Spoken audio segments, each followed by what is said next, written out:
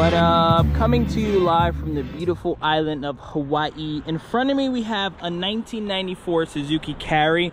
This guy's been my loaner for the last couple days. Shout out to JDM Hawaii. And the reason I picked this truck is because it's actually a 4-speed. So fun fact, the first ever K truck I bought about 2 years ago was an S83 Daihatsu Hijet, and that was also a 4-speed. And at the time there wasn't a lot of YouTube videos on 4 or 5-speed, if it made a big difference on the highway or not. And that's why I'm here. As you guys know, I love K trucks, K cars, and all that good old jazz. And I want to make fun videos like this because if you're thinking about buying a 4-speed K truck, this video could be very helpful for you, because there's a lot of people who go on the internet and say that these easily go 120 kilometers, which is like 70 miles per hour, and that is not true. Don't get me wrong, if you're going downhill, maybe you can hit 120, but I've been driving this car for the last couple days and I don't even feel comfortable going over 100 kilometers an hour, let alone 120. So that's what I'm gonna do in today's video. I'm gonna drive around locally first, then we'll get on the highway. I'm definitely gonna hit a top speed run. Hopefully by the end of this video you'll see, do I really need a 5th gear or can I just thug it out with my 4-speed? So this is a 1994 Suzuki Carry. This one is actually rear-wheel drive only, so it doesn't have the 4-wheel drive. It doesn't have the high-low transfer case that'll be right here. Interior is pretty clean, 58,000 kilometers. It does have AC. Headliner looks nice. Manual windows, of course. These buttons are like for diff lock and stuff like that. The back is Rhino line, which I really like. I think that makes every truck look a little better. Here's a look at the back. Brand new tires, which is amazing. Definitely want that if we're going to be doing top speed runs. You can access the engine 2 different ways. You unclip this and you pull the seat kind of completely out, and you can see that it is still a 660cc little 3-cylinder powerhouse. The engine on the Suzukis are a lot further back. It's almost like a mid-engine. On the Hijet and Mitsubishi, it's like right here. On the Hondas, you guys know it's right there. And then on the Subarus, it's back here. To access the engine on this side, it's the same steps, but you have to take the whole seat out. So you would unclip that, push this down, and then I'll just slide it forward for this video. But you can see the whole seat is out. There's your oil drain plug. You add oil there, and you can access a little more of the engine from this side. You have your coolant right there, radiators up front as well. And just like every K truck, if you want to put the bed down, it's just 4 latches. That's one. You put this guy down, slide this forward. Same with this. And then last one right here. Boom. Same thing to put it back.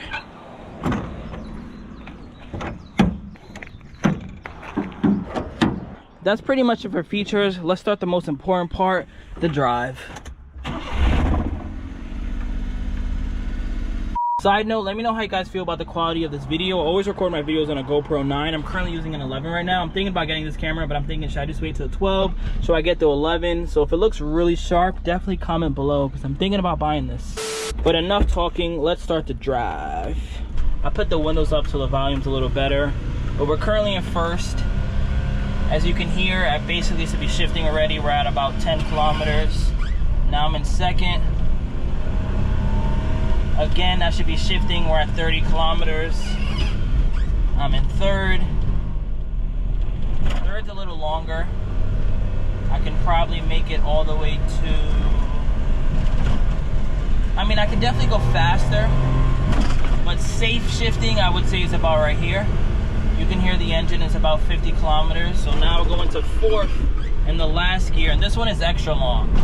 This one I can go comfortably probably all the way to 80. That might be a little harder on the little like residential roads. So now again, we're in first.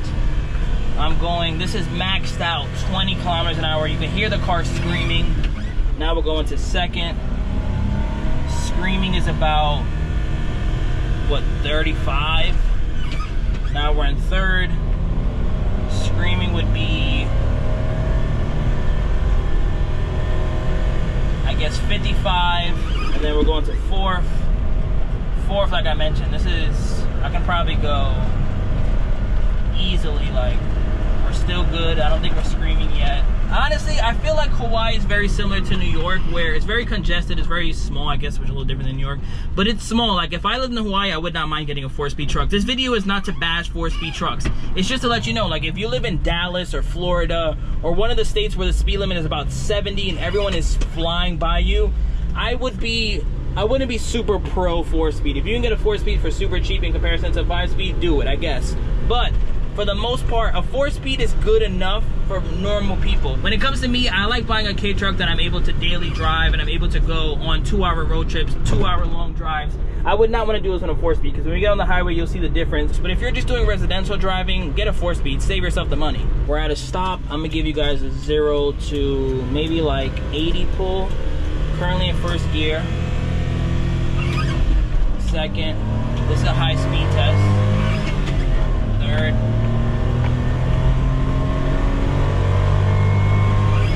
Fourth.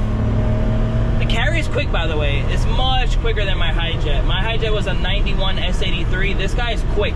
I owned a 5-speed carry too. If you guys remember, I did like a crazy build on it. This guy is quick. I didn't even know that it was a 4-speed, so I got in the car and I tried to go in 5th, and I was like, whoa. And it's also, remember, rear-wheel drive, so it has less weight. And look, this is me putting my foot all the way down. Look, I'll wait till I get to about 60, and then I'll punch it. Look, foot not even on the gas at all.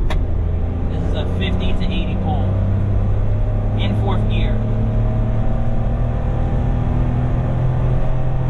It's good. And 80, to be honest, we're not on the highway yet, but I'm gonna be honest with you guys, 80 is kind of like the chill point. The car could go 90, the car could barely go 100. But for the most part, if you're getting a 4-speed truck, you don't really want to go over 80 too much. But I'm about to get on the highway real soon and I'll show you guys. Alright, so I'm currently on the highway right now. I'm going 80 kilometers an hour. I'm gonna show you guys what it looks like from my point of view. But the car is doing fine. There's definitely a Tesla right behind me. And as of right now, I'm putting my foot all the way down. And now I'm going 100. But to be honest, the car is screaming. The car cannot go any faster. Like, look, I cannot go any faster even if I wanted to. So now I'm going to move over. I'm pretty sure this Tesla's going to fly right by me because I'm kind of impeding traffic being in the lane. Look, he's like, all right, get out of my way, K-Truck.